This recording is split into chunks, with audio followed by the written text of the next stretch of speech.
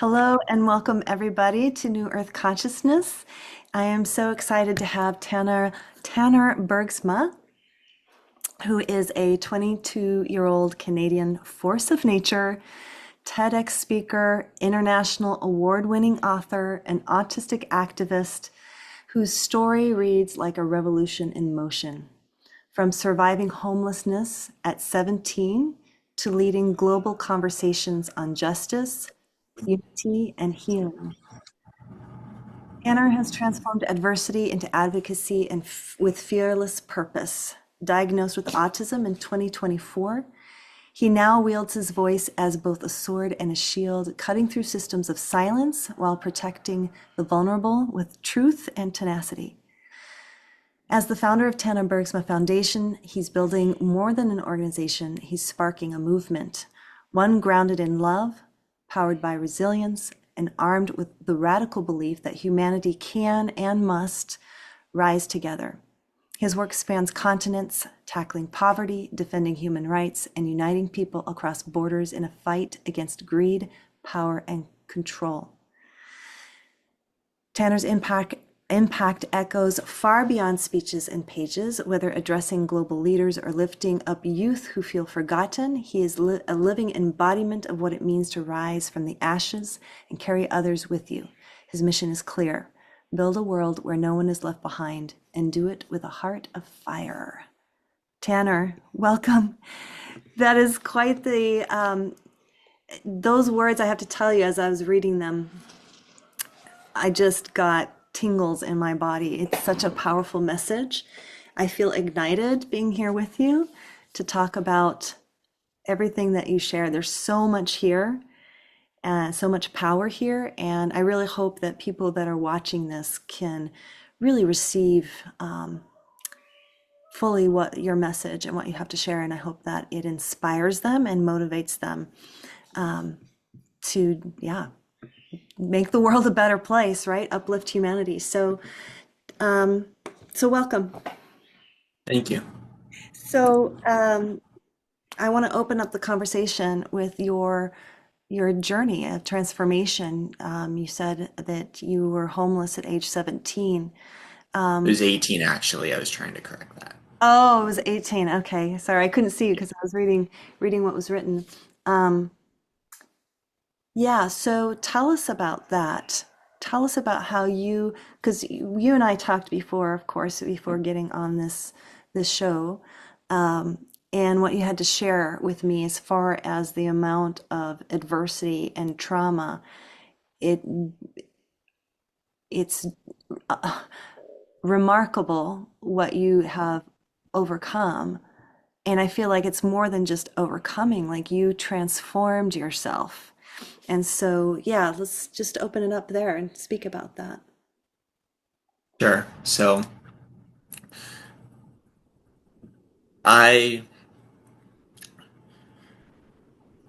due to a lot of family struggles and stuff like that in the past, I became homeless. There was a lot of things that ended up happening, which in the past, prior to getting homelessness, that I won't get into. But my journey leading to homelessness, there was no supports at the time, and I walked over 35 kilometers practically. And as I tell everyone, it was a pair of flip flops, a t shirt, and jeans. That was it. And so I walked there to, with the sole purpose to be able to attend university. That was my goal. You walked to the I uni- didn't know how. Is that what you're Hmm? saying? You walked to the university, 35 kilometers? I walked 35 kilometers to be able to, on my way there, to get to the university. And at that time, because I was living in a different city, I didn't know how I was going to do it because I had nothing. I had not even not even a dime in my pocket. Mhm. So I ended up going there, and then I ended up hitchhiking the rest of the way because it was a stretch of 42 kilometers, and the rest of that was highway. And so I arrived in Waterloo, and I have no idea what I'm getting myself into. I had no idea where I knew where I was, but I didn't not know my environment around me. I had no idea of where I was going to go and stuff. So I was sleeping outside in bushes and park benches and stuff like that, trying to survive. And that continued for a long time. I was homeless for about 2.5 years. And in that time frame, I ended up making some choices that I didn't really know any better because of not knowing who was using me and who was not using me. So I was getting caught up in things or trusting people that ended up sexually assaulting me later on down the road. I was seeing people end themselves. And there was just a lot of things that I try. Sorry, I don't do sometimes on the spot. It's been a That's while since I've okay. done this. You're fine. You're Um, fine. Sometimes it's been a struggle for me because of just what I've seen and stuff. And then at 19 years old, I lost my daughter who passed away in my arms. And that that was the kicker for me, I think. And so I started getting like heavily involved in drinking, trying to just end my life. And not like I wasn't trying all along, but I was in and out of the hospital and stuff like that. And just, it was not good. Mm. And so, up to a turning point in my life, I always constantly asked, why did God let bad things happen to good people? And I never really understood that fact. Mhm. I now do, but then I didn't. And I remember that there was a day in my life where I ended up just, and I remember April 23rd in 2023, I was saying my goodbyes on Facebook. I was just absolutely done. And I had on the time that I was about to shut off my phone, I had a missionary reach out from my church, not knowing at the time that it was a missionary, but it was just this wonderful girl who I thought was asking me out to go on a date. And I'm like, you know what, God, if you have something in store for me now, maybe this might be it. And so that was kind of I went and it was not really the same. That was kind of the main thing. One of two key moments in my life that ended up really turning my life around. So, I don't know if I answered your question. I feel so Yes, bad. you did. You did. No, you did perfectly. I mean, this is I want the audience to understand your background because I feel that a lot of people, we all have trauma, right? Yeah. And some people have varying intensities of trauma. And I think that sometimes people that are really in the middle of living it or really struggling, there's often a feeling that there's no way out. There's a feeling Correct. like this is my life for the rest of my life. This is never going to change. And the message here is that that's not true. Hmm.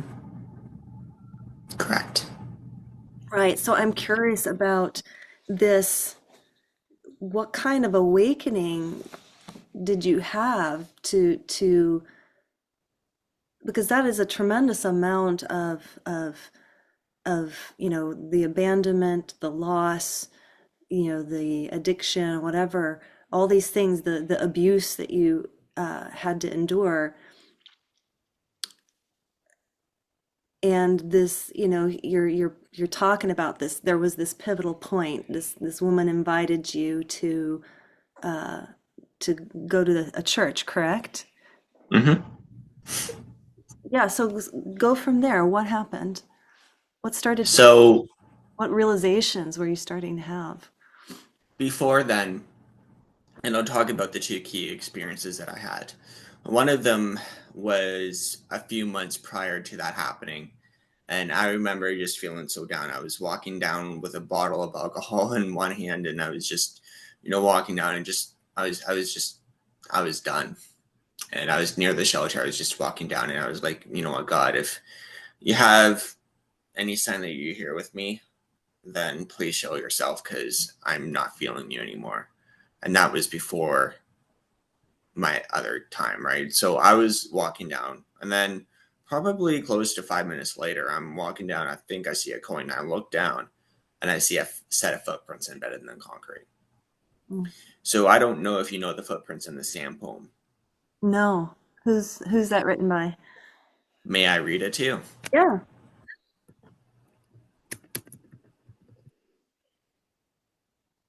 It is a very ancient poem. I'm not really sure who the author is, to be exact. Mm. But it goes like this. One night, a man had a dream. He dreamed he was walking along the beach with the Lord. Across the sky flashed scenes from his life. For each scene, he noticed two sets of footprints in the sand. One belonged to him and the other to the Lord. When the last scene of his life flashed before him, he looked back at the footprints in the sand. He noticed that many times along the path of his life there is only one set of footprints. He also noticed that it happened at the very lowest and saddest times in his life. This really bothered him, and he questioned about the Lord about it. Lord, you said that once I decided to follow you, you'd walk with me all the way. But I've noticed that during the most troublesome times in my life, there is only one set of footprints. I don't understand why, when I needed you most, you would leave me. The Lord replied, my precious, precious child, I love you and I would never leave you. During your times of trial and suffering, when you see only one set of footprints, it was then that I carried you. Mm. And I remember in that moment feeling not really sure how he was carrying me when I felt so hopeless and down. But I remember that that was the start of my awakening. And then about a few months after that point, I had lost a dear friend of mine to suicide. And I never forgave myself because I always constantly felt.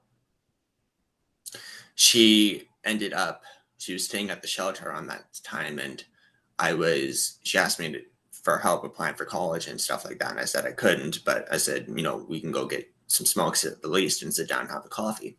So we did that, and we go and we sit down and we talk for a little bit, but then I had to get going. And on our way back, she ended up saying, can we at least talk some more? I said, no, I have to go, but because I have a business meeting, but we can talk after. And me and my business meetings was just, they were trivial at the time. I was trying to really get a job and stuff like that. It was something that I thought was going to be a business opportunity, but she never made it through the night. She ended up unaliving herself. And I just remember feeling very guilty about that because had I not prioritized myself over her well-being, I probably, not like I didn't, but had I been there more, I probably could have done something. So it took me down a very bad path, and that was what led to April 23rd when I was just done. And I had, as I said, as I was saying my goodbyes on Facebook to people, and just deleting conversations. I was just wanting to really just disappear.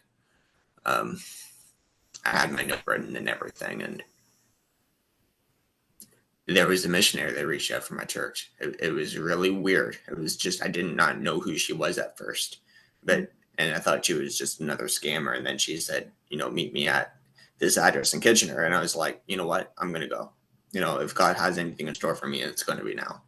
So I go, and it wasn't really the same because it was all people around my own age that were there in the congregation. And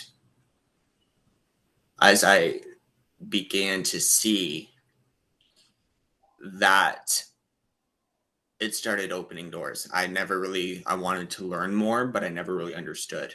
But as I continued to learn, as I continued to grow in Christ, my life started to change because then I finally started to understand. So it was with their help and with the help of my good now friends that are with there that I was able to get back on my feet. And now I do what I do. Wow. Amazing. So your life radically transformed from that point. Was it a Yeah. radical transformation or was it kind of slow, No, methodical? it was slow at first. There was a lot of bumps in the road. There was a period I did end up homeless again for about a couple of weeks, but I was not really homeless because I was crashing at a few places, a few friends' couches and stuff.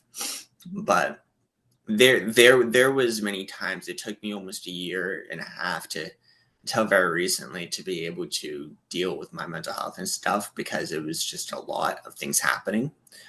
I kind of went into the deep end in terms of helping other people when I wasn't really helping myself. Hmm. And so that was my way of coping for a while until I started to work on myself and realize I gotta learn to love myself, which is what I believe to be the root of all issues in society nowadays. And I talk about that in my newest book, The War We Never Chose. And I do believe that going back to your question about whether it was it an easy transition, no. Every single moment in life, there's always going to be setbacks. There still is always setbacks in my life. It's just what we do with those setbacks and how we get up after we fall. That is key. Yeah, yeah, yeah. So the tell me about the mission that you're on. Now, at a time in my life that I see the world in a state of chaos, and you're seeing people become further and further divided, especially in the States. It's happening in Canada. You're seeing more wars and stuff escalate and the constant threat of a World War III. And people, you're taking a look at Poland, UK, US, anti-trans rights laws are being passed down and stuff like that. And it's not about the community as much as it is about we are slipping back in history. We are seeing women's rights being taken away in the States. We are seeing a lot of things happen where if we learned to love each other and put our differences aside and to unite as one, we wouldn't be having people suffering. We wouldn't be having people dying. And so my mission on this point in my journey in my life and will be my lifelong journey is to help people find their inner light, to help people learn to love themselves because I believe that in order for you to fix the world and bring people together in unity, you must first learn to love yourself. Brentford Brunner's ecological theory of learning talks about this and how we as ourselves impact our society and inform our culture and beliefs, which then in turn gets passed down a generation, which then in turn affects the next generation's governments and stuff like that. And then it affects your kids. So there is a lot of history that we can take a look at. And it was not a slow transition over. It was not just sudden overnight that we got like this. It's not the government's fault that we ended up like this.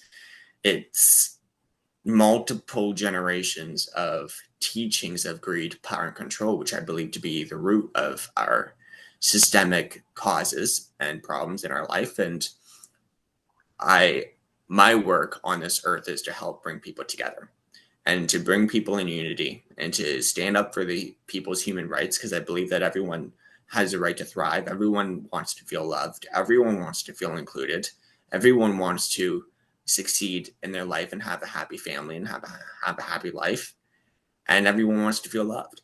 So understanding those basic principles, it doesn't matter who you are or what you believe in this world. Those things are is what everyone wants. And so understanding those fundamental principles, we can utilize the best way to combat our own problems in the society, from climate change to political problems in this world, is through the power of love. And with that, we can help combat greed, power, and control, which I call the social trifecta. And through that, we can be able to help people find their inner light. So that's kind of my mission in a summary. I hope I kind of was a bit Yeah. long there, but No, no, that's good. I mean, yes. So, it brings up for me this conversation, interesting conversation that I had with a client of mine and a friend. I consider her a friend, and she has a passion for basically providing support and healing for people suffering from addiction. And, Hmm. and I know it's happening in Canada. Here, fentanyl is out of control. We've had so many deaths, even in our just little valley of people passing away from that. And the issue that I see is that, and she named it, it's that people are afraid of addicts, right? So there's this fear of, you know, the other, whether it's an addict or, you mentioned trans people or, people, underprivileged. There's this separation that we create in our mind and this fear, and the truth of it is, it's like people who are suffering, it's like they have the light inside themselves. And I know you see that, Hmm.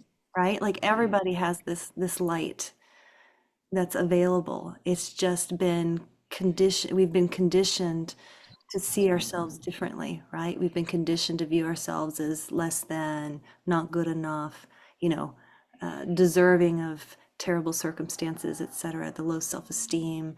And it definitely is generational, right? It's like it's not these kids that are getting, hooked on drugs.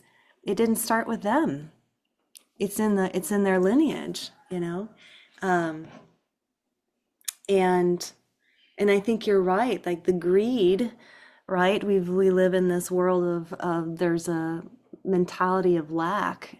And so the greed is able to, grip and take hold. And so we find ourselves in this, there's a system, right, that perpetuates that. So I don't know if you want to talk a little bit more about that, or maybe some experiences that you've had in,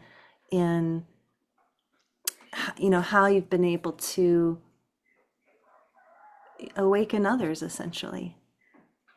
That is a very good point.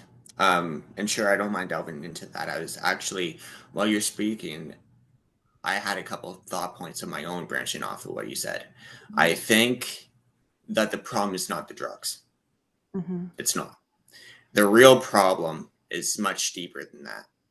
And it's been much deeper in society that people are not willing to look at.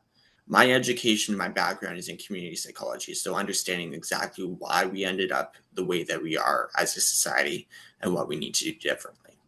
And I believe that it's not the drugs that are, yes, it's a huge problem, but it's a fact that, again, greed, power, and control. When you're taking a look at the fentanyl crisis, the dealers that are making the money are doing so out of greed. And they're wanting the power, right? And that's why you're having the cartel. That's why you're having a lot of different things that are happening in the society. And people are afraid of the unknown. They're afraid of anything that is not the norm. They are afraid of, and that's what leads to stereotypes. They want the control over the people to some degree, and it is about a position of hierarchy. It goes all the way back to our instinctual um, instinct, to animal instincts that we learned back all the way at the beginning of time. We learned we have something called the reptilian brain, which is what impacts us to be able to behave certain ways in society. And so I think that people as a whole have learned that we need to be authoritative. We need to be above other people in order to survive in this planet, when really, I think we can unite together. We are here to coexist and to learn to love one another, to learn to give to one another. And I think that as society transitions or starts to realize that if we learn to love ourselves first, we will then be able to love other people, which makes it easier to then change the stigmatism around people that are suffering with drugs and stuff like that. We're then going to be able to face a deeper threat, which as you're seeing, that's one of the, I don't know whether Trump is doing a right thing or a wrong thing. It's not my point to stay one way or another, but you see, there are things that are being done to tackle some of those issues. But as a society, I think we're going it all the wrong way. We need to learn to love ourselves first. We need to learn to then give to other people. We then need to be able to learn to work on ourselves and greed and getting rid of greed, power, and control out of our lives, and then be willing to see from there that we can influence the governments in a way that, are not this stereotypical protesting. Because protesting, I just watched a TikTok video just recently on the fact that an ambulance had to turn all the way around and go back to the way that it came from because protesters were blocking the streets. And to me, that you can have a difference of opinion, but if it's affecting society and stuff like that, it's a problem, right? So we need to be able to learn again with love. And if you think about other people, those would be some of the things that you'd be thinking about and be like, you know what? If you're doing it on along the edge of the sidewalks and stuff like that, then you'd be seeing a different story, right? So it's not just a drug problem that's the issue. It's a much more global of a problem. I used to be an environmental activist, still am, but it's not about the global climate change that's the problem. It's not about the homelessness crisis that's the problem, or the poverty. It goes much deeper, right? And that's what I want people to really understand and to see. It's not, we can have people putting and fighting for environmentalism or fighting for this or that, but as long as we put labels on something, there's always going to be somebody that disagrees, and we are going to actually further divide people. Yeah. And not everyone's going to agree. Yeah. And when we learn to, sorry, No, you're doing great. Please finish. Yeah. when we learn to set our differences aside and be willing to come together in a unified front and tackling the root of all of our issues in society, we can then and find what I'm talking about. Again, going back to everyone wants to feel heard, everyone wants to feel loved and respected and stuff like that. Then we are going to start getting somewhere as a society. As long as we try to put a label on something, as long as we're going to try to fight for a specific cause, there's going to be people that disagree, and it's just going to create more war. So Yeah. we have to do so in a way that will unify people instead of tearing people apart. Yeah. Yeah. It reminds me of just, well, it's like removing judgment. Like we have to remove the judgments that we make on other people. I mean, you called it labels, and I would say that, those labels come with judgments, and, whatever you judge, you get to experience, is what a teacher friend of mine says to me often. Whatever you judge, you get to experience. And so, yeah, so the protesting, I hear what you're saying. Protesting, to me, it's like, rather than having, that's a lot it takes a lot of energy to protest, right? Like you got to Mhm. organize it, you got to get out there, all these people come.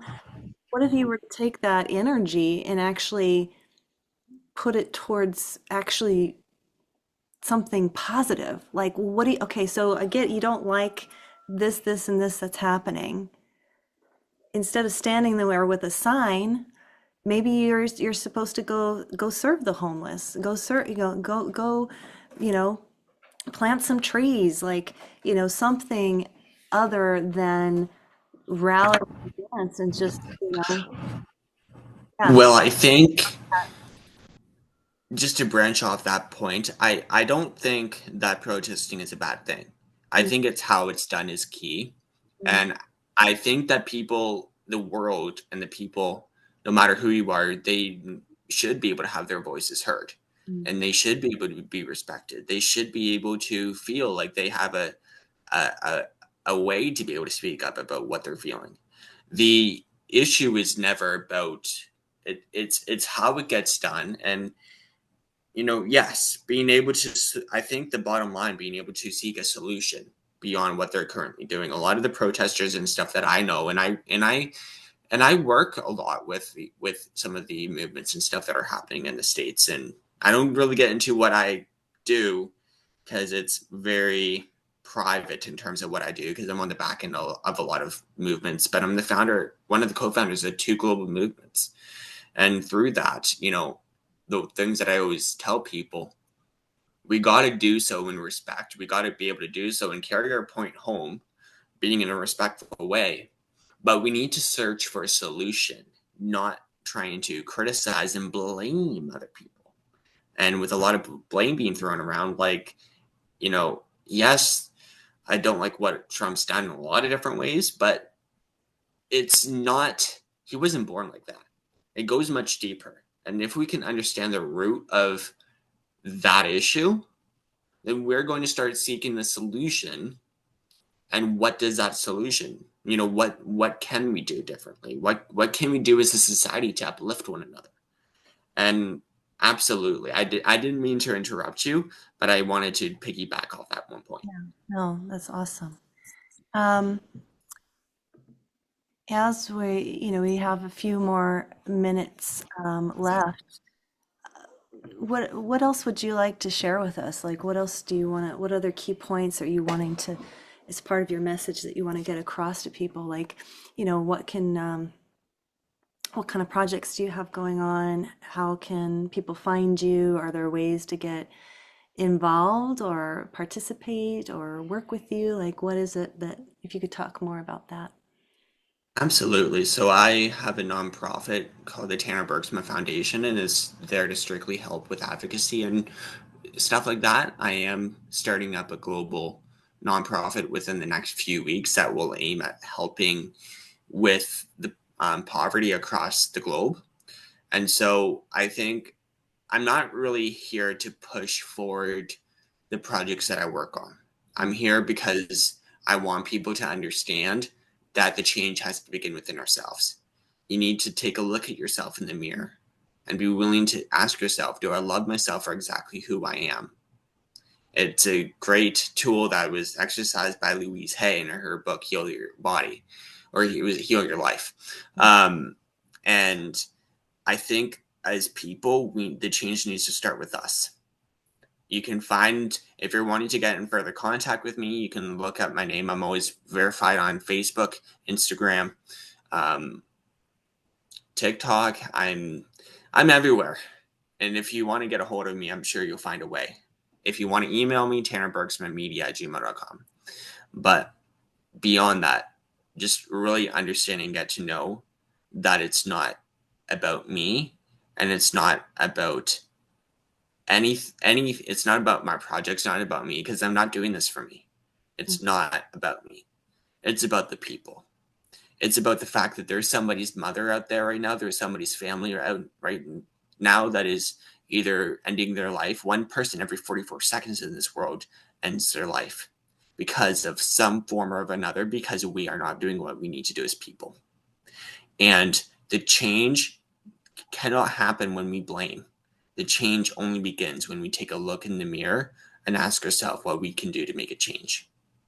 Yeah, absolutely. Beautifully said. Yeah, that is so true and so powerful. That really is the key. Um, and just out of curiosity, we didn't go into this too much, but in your introduction, you are diagnosed with autism.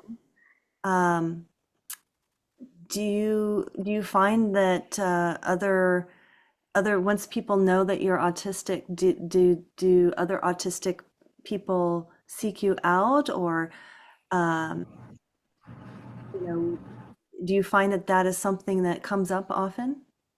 I do. I find it actually happens quite a lot, and I like it. I mean, I think my role in my journey in my life, I'm only 22 years old, and being able to do everything that I'm doing, I I think people really find it's not about me. I think it's the messages that I try to convey, and knowing that I'm breaking this stigmatism in society, I think is why people are starting to really understand and support what I do. Um, but absolutely, I mean, I was only diagnosed just recently. Yeah. So it was just before that, I went through life thinking I was crazy, that something was wrong with me. I was always treated like something was wrong with me, bullied as a kid. And there was always these times where I just never fit in and never understood why. Now I know why. But Mm. more important, and I kind of always knew, but I think as people, we think different. We are different, but it's not a bad thing. It's a good thing, and we are here to make a difference. Yeah. Yeah, beautiful. And I want to ask one more question before we go Sure. out. You did a TED Talk. I did. Yeah. What was the topic? It was my talk was called "How do I Turned Adversity into Achievement." So the overall topic, and that Yeah. was the name of my talk, but the overall topic was the power of curiosity. But I talk about how the power of curiosity really shaped my life into overcoming adversity and being able to find that inner strength to be able to overcome anything in your life. Yeah. So I had to think outside of the box with that one a little bit, but that's what my talk was about.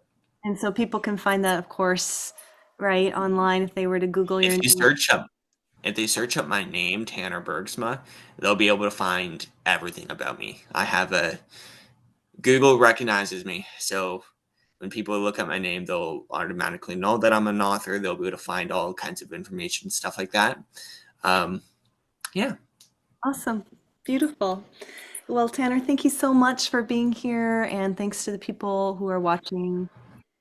Please be sure to like and subscribe. Check out Tanner, click on his links, and we'll see everyone until next time. Thanks so much, Tanner.